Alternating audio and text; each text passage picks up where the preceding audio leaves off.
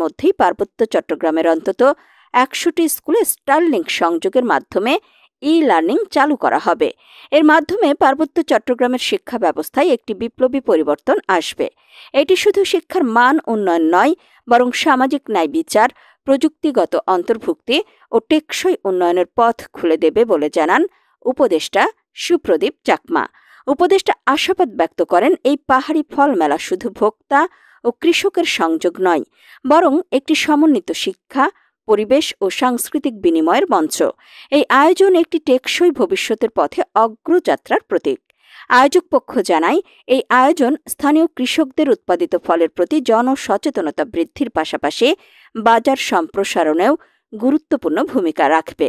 মেলার প্রতিটি স্টল যেন ছিল একটি গল্পের জানালা, যেখানে ফলের স্বাদ ছাপিয়ে উঠে এসেছে পাহাড়ি জীবনের রং, ঘ্রাণ ও আত্মার ছোঁয়া।